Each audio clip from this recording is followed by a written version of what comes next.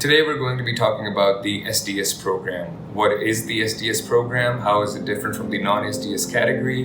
All the things that you need in order to be applicable for the SDS program itself. So without any further ado, let's jump right into the video. The SDS stands for the Student Direct Stream program. This program was initially launched in order to process student visas faster as opposed to the non-SDS category. The success ratios for students applying through the SDS category is around 75%, and we're talking about visa approvals here, whereas students who apply through the non-SDS category have an approximate of 35% approval rate.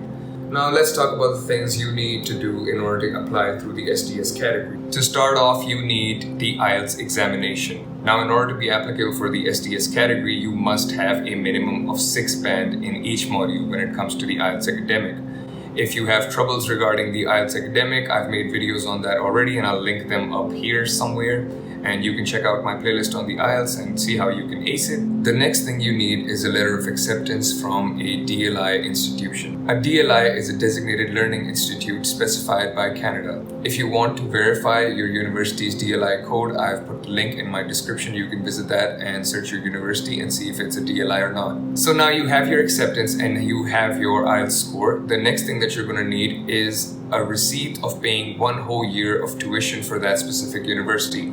This is very important since universities just ask you to pay a first semester fee in order to reserve your seat, but you need to pay the whole year's tuition, which is then going to make you eligible for the SDS program. The fourth thing you're going to need is a GIC, which is a Guaranteed Investment Certificate. Essentially, for the GIC, you have to submit at least 10,000 Canadian dollars to one of their designated banks, and in exchange for that money, they're going to issue the investment certificate to you, which is going to then be required for your SDS profile. Now, don't worry about the 10,000 Canadian dollars since they're going to be reimbursed back to you over the course of the next year.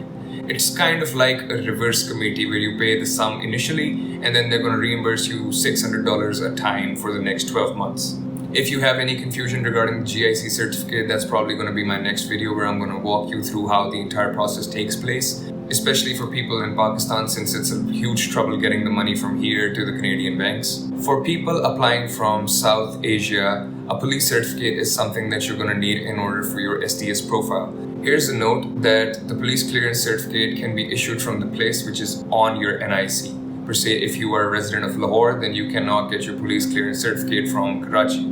You would have to get it from Lahore. It takes a matter of a maximum of 2 or 3 days and the charges are somewhere around 900 rupees. Another essential document for the SDS program is the upfront medical.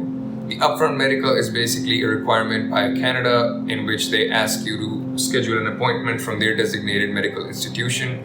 In Pakistan, the Institute for Upfront Medical is IOM, which is the International Organization for Migration. So your upfront medical is going to cost you somewhere around 28 to 30,000 rupees. For Lahore, it is located in Gulberg. IOM is also in Islamabad as well as Karachi. I got mine from Lahore, so that's the one I know. The upfront medical is nothing to be worried about. They're just going to check you for TB. It's essentially an X-ray, a blood test, a urine test, and an X-ray. These were all the essential documents that you need for your SDS profile. However, I recommend that you add additional documents to strengthen your visa application. Some of the documents that I highly recommend that you should get is number 1, an affidavit of financial support. Somebody else is going to be sponsoring your master's, so you need an affidavit from that person saying that they bear all financial responsibility of you, be it your father or your sibling. Another important thing that you'll need is the bank statement from your sponsor for at least a year in order to show that you have assets needed for the next year of tuition as well. The final additional document that I would recommend is getting the wealth statement from your sponsor.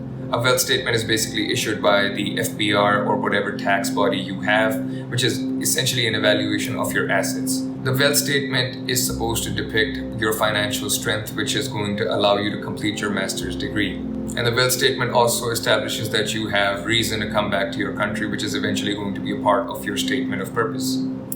For the non-SDS category, you do not need the Guaranteed Investment Certificate. That means you don't need to deposit 10,000 Canadian dollars in a Canadian bank.